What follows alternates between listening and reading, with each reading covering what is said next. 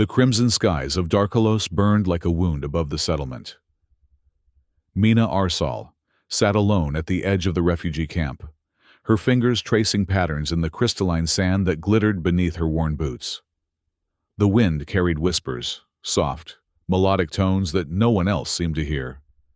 She had learned long ago to keep such observations to herself. Still playing with dirt? Useless? The familiar taunt stung less than it once had. Mina didn't bother looking up at Foreman Drell as he passed, his heavy footfalls crushing the delicate sand formations she'd been studying. 3 years in the outcast settlement had thickened her skin, if not her reputation. 3 days, people still whispered when she walked by. Couldn't even last 3 days in the wild. Darkalos was classified as a deathworld for good reason. Its magnificent beauty masked lethal danger, carnivorous plants that could strip flesh from bone in seconds, electromagnetic sandstorms that fried neural implants, and predators that evolved specifically to counter human defenses. The Trading Federation maintained minimal outposts solely to extract rare minerals, considering the planet more resource than world. Mina had been 16 when her parents died in a mining accident, with no skills valuable enough to earn her passage off-world. She had attempted to prove herself by surviving the wilderness training that all Darkalos children underwent. Her dramatic rescue, half dead, hallucinating, and talking about singing sands, had cemented her status as the camp failure. Now 21, she survived by performing whatever menial tasks the settlement supervisors assigned her. The Federation didn't waste resources on useless individuals, but neither did they abandon their own completely. The result was a half-life on the margins of society. The distant whine of atmospheric engines drew Mina's attention skyward. Not the usual supply ships. These were military-grade Federation warships, sleek and threatening, their hulls gleaming in the blood-red light of the setting sun. "Something's wrong," she murmured to herself, rising to her feet. The sand beneath her seemed to vibrate in agreement, sending prickles of warning up her spine. By morning, the news had spread throughout the settlement. A Federation expeditionary force had landed on the eastern quadrant, prime mineral territory, and been decimated within hours. Not by the usual Deathworld hazards, but by something the survivors described as bone cradles, natural formations that had suddenly animated and swallowed their most advanced war machines whole. The settlement buzzed with frightened speculation. The Federation rarely deployed military assets to Darkalos, preferring to extract resources with minimal interference. Whatever they were after must be extraordinarily valuable. Mina listened to the rumors from her position scrubbing the mess hall floors, her thoughts returning to the strange sounds she'd heard yesterday. The sands had seemed agitated, as if trying to communicate urgency. "All able-bodied personnel report to the landing pad," the announcement blared, interrupting her thoughts. Federation rescue operation commencing in 30 minutes. Mina wasn't considered able-bodied for any meaningful work, but curiosity pulled her toward the commotion anyway. She slipped through the gathering crowd, keeping to the shadows as she had learned to do. Colonel Saren Vox cut an imposing figure against the red sky. His uniform bore the insignia of the Federation's elite reconnaissance division, soldiers specifically trained for hostile environments. His face was weathered, eyes sharp as he surveyed the ragtag group of settlers before him. "We have men trapped 16 kilometers east," he announced without preamble. "Our equipment is malfunctioning in proximity to the mineral deposits. We need guides who know the terrain." Volunteers stepped forward, the settlement's hunters, trackers, and those desperate enough to risk death for the generous hazard pay the colonel was offering. Mina remained in the shadows, watching. The rescue party departed an hour later, a mix of Federation soldiers and settlement guides. Mina tracked their progress from the highest point in the camp, an old water tower she had claimed as a private sanctuary years ago. Through salvaged binoculars, she watched their convoy disappear into the shimmering heat of the eastern Badlands. They returned before sunset, much sooner than expected. The vehicles sped toward the settlement in disarray, some damaged beyond recognition. As they skidded to a halt at the perimeter, Mina descended from her perch to get a closer look. Chaos erupted as the wounded were unloaded. The mission had failed catastrophically. The convoy had been attacked, not just by bone cradles, but by a swarm of dusk stalkers, predators that normally hunted alone. Something had agitated the entire ecosystem. "We need a new approach," Colonel Vox was saying, his uniform torn and bloodied. "The war machines can't operate in that sector, and we've lost contact with the original expedition." Mina edged closer, drawn by a faint sound beneath the commotion, a high, keening melody coming from the damaged vehicles.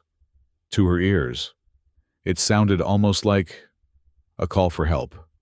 Without thinking, she approached one of the damaged transports.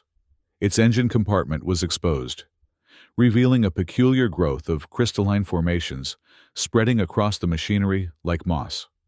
"Get back from there!" a soldier shouted, raising his weapon. But Mina was transfixed. The crystals were singing.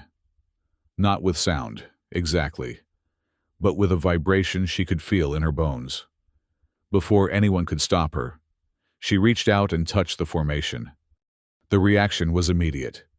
The crystals pulsed with light, and then retracted, withdrawing from the machinery like water soaking into sand. The transport's engine sputtered back to life. Colonel Vox's hand closed around her arm like a vice. "What did you just do?" he demanded. Mina struggled to find words for something she barely understood herself. It was asking for help. The crystal was trying to communicate with the machine, but they couldn't understand each other. "Nonsense," a new voice cut in. A woman stepped forward, her Federation uniform adorned with a general's insignia.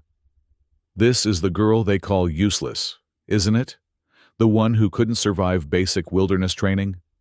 Heat flushed Mina's cheeks, but she held her ground. "The planet speaks. I can hear it.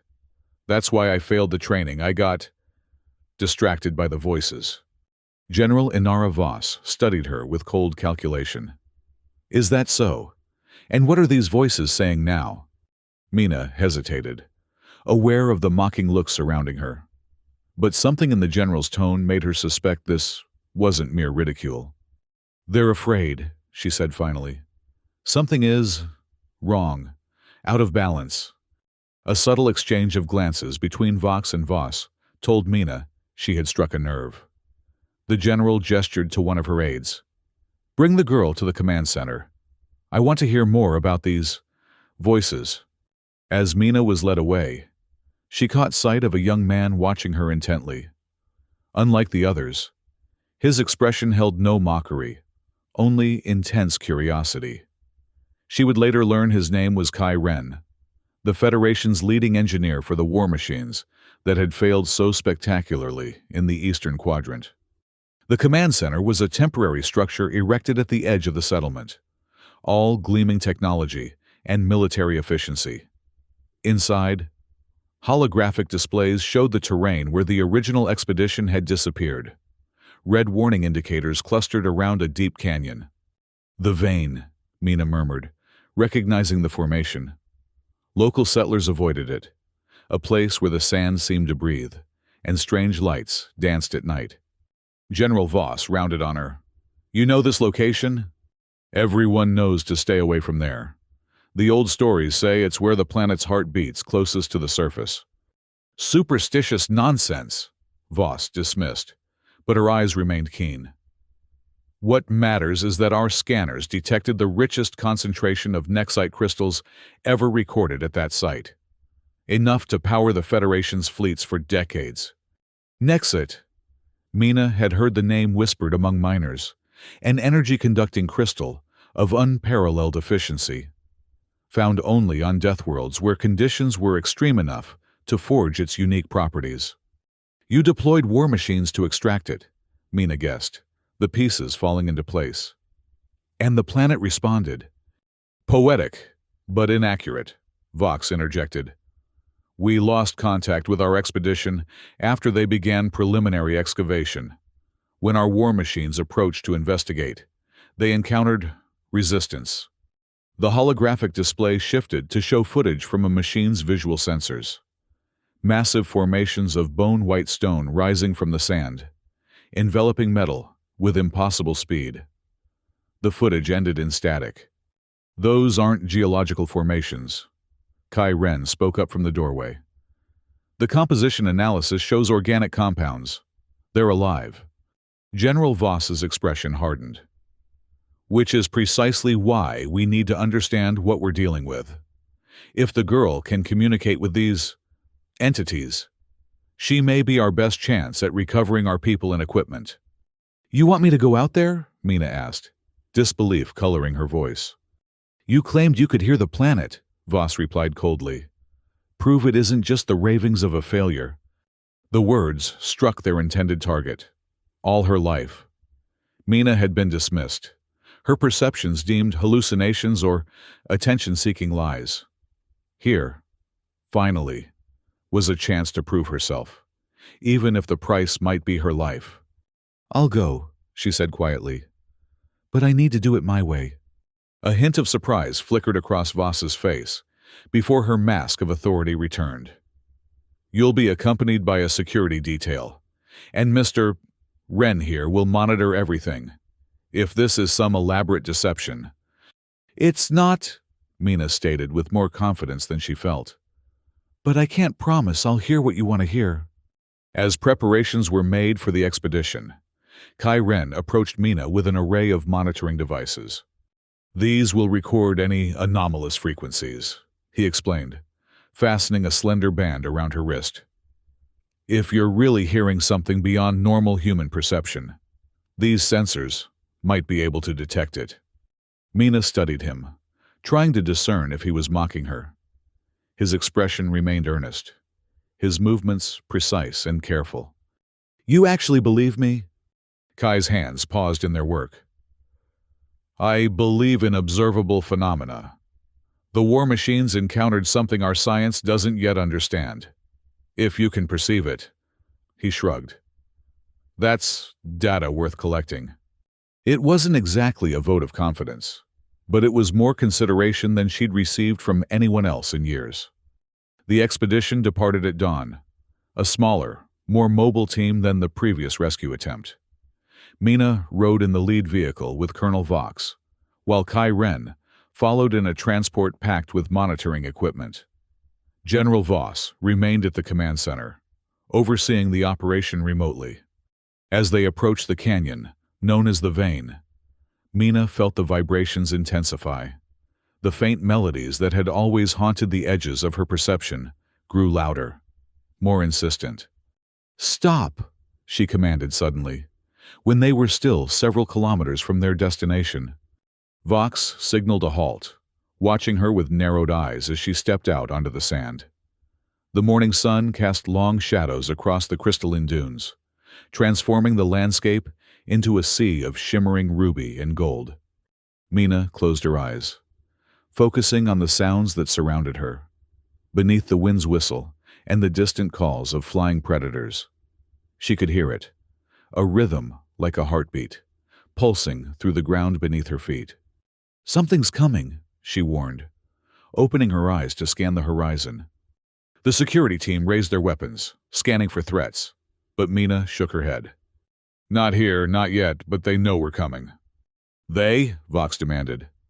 Before she could answer, a distant shriek split the air, a sound that raised the hairs on the back of Mina's neck. The security team tensed, weapons tracking the sound to a dark cloud rising on the horizon. Sand wraiths, one of the guides whispered in horror. Mina had only seen the creatures in educational hollows, massive avian predators that used ultrasonic calls to disorient prey before swooping down to feed. They rarely traveled in flocks, unless something had disturbed their nesting grounds. Back to the vehicles, Vox ordered. We'll outrun them. No, Mina countered, earning a glare from the colonel. They're not hunting us. They're fleeing. Something's driving them this way. As if to confirm her words, The shrieking flock veered away, passing overhead without a single diving attack. In their wake, a low rumble began to build, a sound Mina recognized from settler warnings about the planet's most feared natural disaster. "Electromagnetic storm," she called out. "We need shelter." The vehicles wouldn't protect them. The storm's electrical discharge would fry all systems and possibly cook anyone inside the metal transports. Mina scanned the terrain frantically, the melody in her mind shifting to a more urgent tempo. "There!" She pointed to a formation of red rock jutting from the sand like broken teeth. "Crystalline caves. They'll insulate us from the worst of it." No one questioned her this time. The expedition raced for the rock formation as the sky darkened ominously behind them. They barely reached the shelter of the caves before the storm hit, a roiling wave of energy that lit the sand with eldritch fire. Inside the cave, equipment sparked and died despite the natural insulation. Only Kai's specialized monitoring devices, designed to withstand Deathworld conditions, continued functioning. "How did you know about these caves?" he asked Mina, voice barely audible over the storm's fury. "I told you. I can hear the planet." She gestured to the cave walls, where delicate patterns of crystal traced veins through the rock. "These formations, they sing to each other, create harmonies." The cave called to me. In the eerie light of the storm, Kai's expression was unreadable. "My sensors are detecting unusual frequencies, vibrations just below normal human hearing threshold." He adjusted something on his equipment. "But if that's true, how can you hear them?" Mina had often wondered the same thing. "I don't know, I just always have." The storm raged for hours, trapping the expedition in the crystalline caves. While they waited, Mina explored deeper into the network of tunnels, drawn by melodies that seemed to grow more complex the further she ventured. In a chamber deep within the cave system, she discovered a pool of luminescent liquid that pulsed in rhythm with the sounds she heard. Each ripple sent patterns of light dancing across the crystal-studded walls. "What is this place?" Kai's voice startled her. He had followed, his monitoring equipment clutched in his hands. "A nexus point," Mina answered, the knowledge rising from somewhere beyond conscious thought. "Where energies converge." She knelt beside the glowing pool, inexplicably certain it was safe to touch. As her fingers brushed the surface, the liquid clung to her skin like quicksilver before sinking in, leaving a faint, phosphorescent trace along her veins. Kai moved forward in alarm, but froze when Mina began to hum, a melody that matched exactly the frequencies his equipment was detecting from the cave itself. "Impossible," he breathed. But Mina wasn't listening to him anymore. The voices in her mind had clarified, becoming almost like words. Danger, intruders, heart wound, pain. She understood with sudden clarity. The Federation's excavation, it's damaged something vital. A nexus point like this one, but much larger. Kai's scientific skepticism warred with the evidence before him. "Are you suggesting the planet is conscious?" "Not exactly. More like..." She searched for an analogy he would understand. "Like a vast organic computer network. These crystals, they store and transmit information throughout the ecosystem, and the Federation is tearing out its processor cores." Before Kai could respond, a voice called from the cave entrance. The storm had passed, and Colonel Vox was gathering the expedition to continue their mission. As they emerged from the caves, Mina noticed that the landscape had changed. The sand had shifted during the storm, revealing partially buried structures that gleamed dully in the sunlight. "Federation tech," Vox identified, approaching one of the exposed objects. "From the original expedition." But when they cleared away more sand, they discovered the technology had been transformed. Crystal growths penetrated the metal, restructuring it into something neither fully machine nor fully organic. "They're trying to communicate," Mina explained, touching one of the transformed devices. "The planet's defense system is attempting to understand the threat." "By assimilating our technology," Vox sounded horrified. By learning from it, Mina corrected. The war machines were attacking, so the planet responded in kind. It's a natural defense mechanism. Kai's monitoring equipment began emitting a high-pitched warning. Energy signatures increasing. Something's happening. The sand beneath their feet shifted, crystalline particles rising into the air like a glittering fog. Mina felt the melody change, becoming sharper, more focused. They're scanning us, she realized, trying to determine if we're the same as the machines that attacked. How do we convince a planet we're not a threat? Vox demanded, his hand moving to his weapon. Don't, Mina said sharply, placing her hand over his. Any aggression will be interpreted as confirmation. Just listen. She closed her eyes and began to hum, matching the melody she heard from the sand.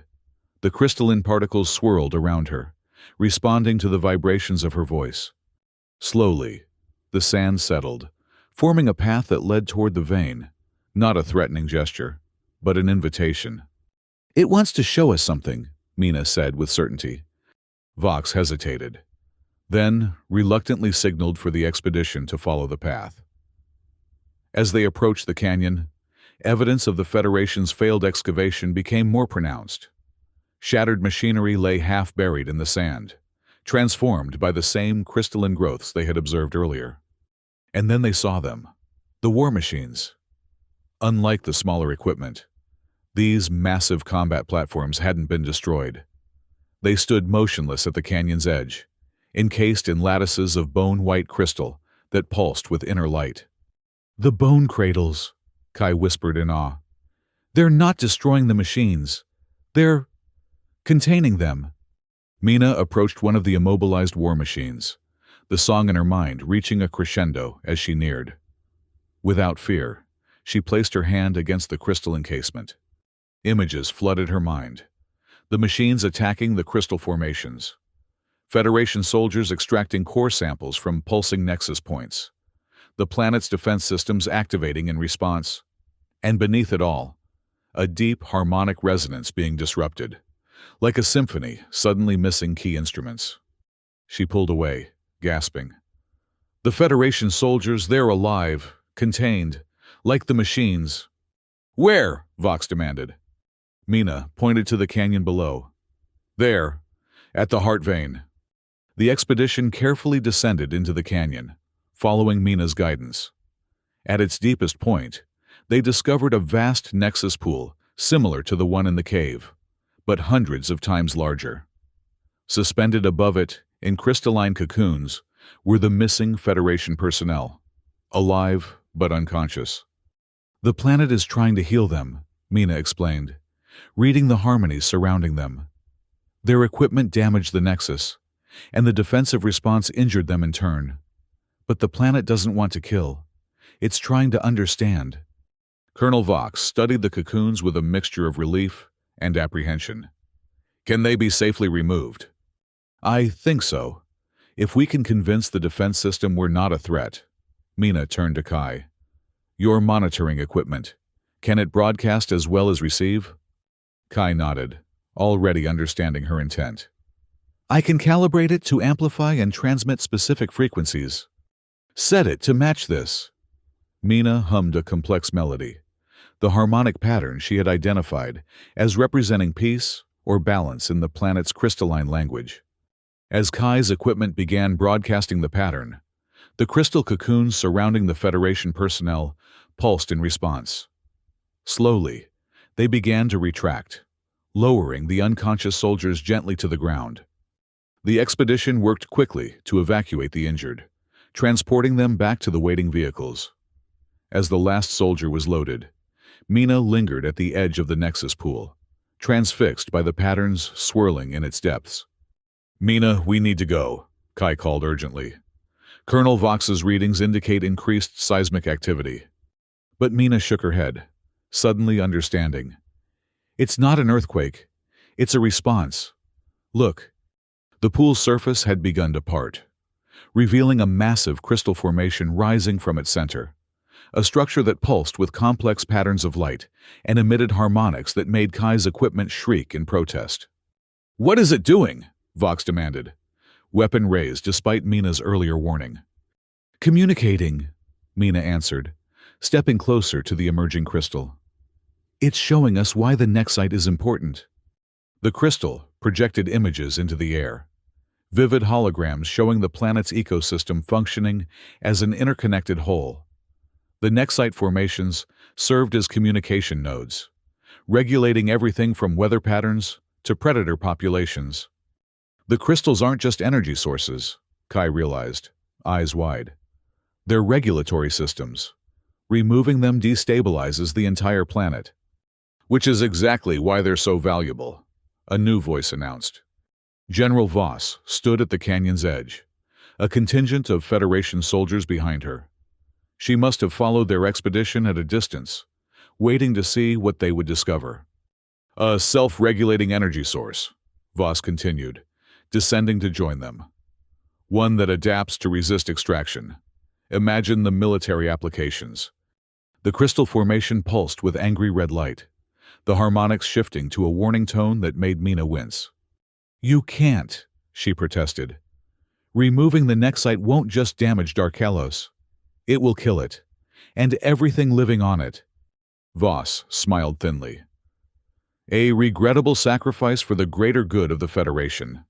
Besides, we've developed methods to extract the crystals regardless of the planet's resistance."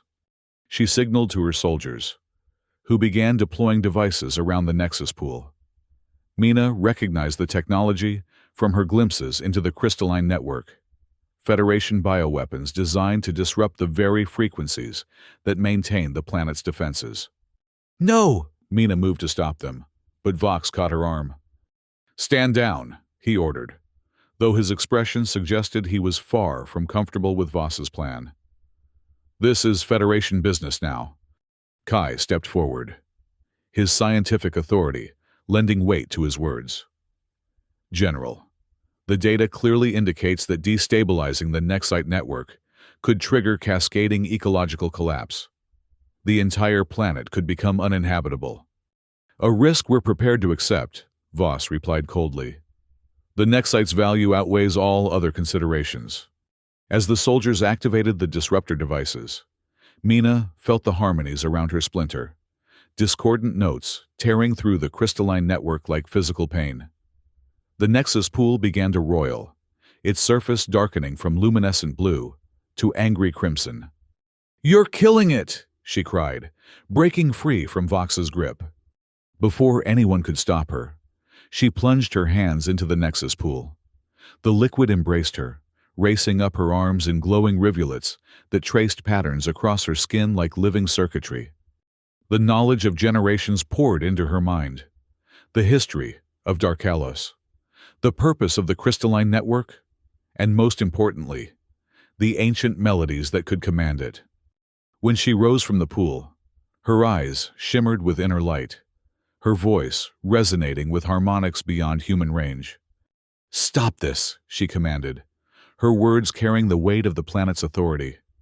The disruptor devices shattered, their components dissolving into sand. The Federation soldiers raised their weapons, but Voss held up her hand to stop them, her calculating gaze fixed on Mina. "Fascinating," the general murmured. "The planet has chosen a champion. I wonder, if we capture you now, could we control the Nexite through you?" "You still don't understand," Mina said sadly. "The planet doesn't want conflict. It's been trying to communicate since humans first arrived, but no one listened." She turned to the massive crystal formation, which now pulsed in rhythm with her heartbeat. With gentle movements, she began to sing, not with words, but with pure tones that resonated with the crystalline structures surrounding them. The effect was immediate. Throughout the canyon, the bone cradles encasing the war machines began to pulse with answering light. One by one, the machines stirred, breaking free from their crystal prisons, not to attack, but to stand motionless, awaiting instruction. "What have you done?" Voss demanded, her composure finally cracking. "I've shown them a different path," Mina answered. "War isn't the only way machines can interact with this world." To demonstrate, she changed her melody.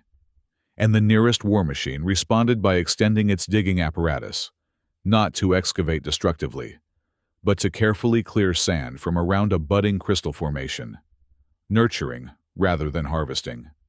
Vox watched in amazement. "You've reprogrammed them?" "No," Kai answered for her, his monitoring equipment confirming what he could scarcely believe. "She's singing to them, and they're listening." Voss was not so easily swayed. "This changes nothing. The Federation needs Nexite, and we will have it, with or without your cooperation." She signaled to her soldiers, who produced a different device, larger and more ominous than the disruptors. Even from a distance, Mina could sense its purpose. A bioweapon designed to sever the crystalline network permanently. "A final solution," Voss explained coldly. "If we can't control the network, we'll dissolve it and harvest what remains." "You'll kill everything," Mina protested, "including yourselves." Voss merely smiled. "We'll be safely off-world before the cascading failure reaches critical levels." As the general moved to activate the device, Colonel Vox made his decision. He raised his weapon, not at Mina, but at Voss. "Stand down, General. This constitutes violation of Federation Protocol 3-Wasantine, prohibition against planetary extinction events." Federation soldiers hesitated, caught between conflicting orders from superior officers. In the moment of confusion, Kai moved swiftly to Mina's side. "Whatever you're going to do," he whispered urgently, "do it now." Mina nodded, turning back to the Nexus pool. She knew what was needed, had seen it in the knowledge transferred to her, but it would require more than she alone could give. "Help me," she said to Kai. "The harmonics, your equipment can amplify them." Understanding immediately, Kai adjusted his monitoring devices to broadcast at maximum power. "Ready when you are." Mina took a deep breath and began to sing in earnest. Not the gentle melodies she had used before, but a powerful, ancient song that resonated with the very core of Darkolos. The Nexus pool responded, its surface rising in intricate patterns that danced to her voice. Throughout the canyon, the liberated war machines joined the harmony, their mechanical components vibrating at frequencies that complemented Mina's song. The crystalline network pulsed in rhythm, spreading the melody across the planet's surface like ripples in a pond. Voss broke free from Vox's restraint and lunged for the bioweapon. "Enough of this nonsense!" But as her hand touched the device, it transformed before her eyes, the metal and composite components flowing like liquid, restructuring into crystalline form. The bioweapon became a Nexus node, pulsing with the same harmonics as Mina's song. "What?" Voss stumbled back in shock. "Impossible!" "Not impossible," Mina replied, her voice carrying strange harmonics. "Inevitable. The war machines were designed to adapt to hostile environments. Now they're adapting to work with this one, rather than against it." Throughout the canyon, the remaining Federation equipment was undergoing the same transformation, weapons becoming tools, destructive technology repurposed for creation. The soldiers lowered their weapons, awestruck by the display. Even Voss seemed temporarily at a loss for words, her carefully laid plans dissolving as completely as her bioweapon.